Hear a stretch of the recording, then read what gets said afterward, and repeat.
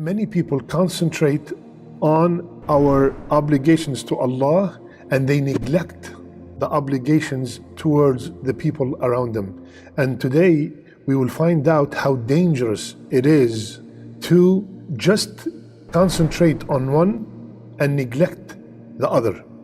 A man came to Rasulullah sallallahu alayhi wasallam and he said, Ya Rasulullah, there's a certain woman that prays Tahajjud. She prays at night and she fasts during the day and she gives sadaqah.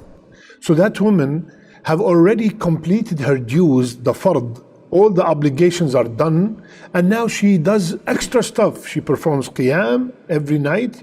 She fasts Monday and Thursday and all the optional fast, and she gives extra sadaqah. So she is in a level that is very, very high, that every practicing Muslim would strive to achieve. The hadith continues, but she harms her neighbors with her tongue. Yani, she says bad things about them, she maybe insults them, maybe she backbite them, she hurts them with her tongue. What was the answer of Rasulullah sallallahu alayhi wasallam? He said, there's no good in her. She is from the people of the hellfire. Allahu Akbar. My brothers and sisters, did you hear that?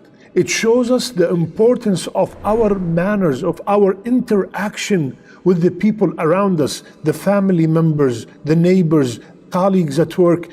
It is as important because this woman, she have already exceeded the obligation and she's doing the optional, but she harms her neighbor. That means she's going to the hellfire to be punished for that. All these optional ibadat that she's performing did not protect her from the hellfire. So we have to be extremely careful about every word we say, about every action we do.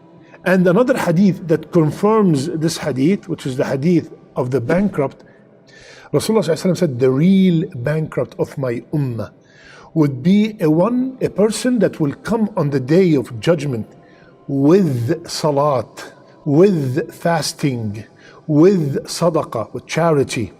But that person, he insults others, he defames others, he unlawfully consumed the wealth of others, he shed the blood of others, and he beats others.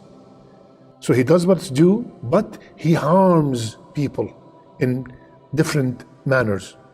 Rasulullah ﷺ said, this person, his good deeds would be credited to the account of those who he harmed.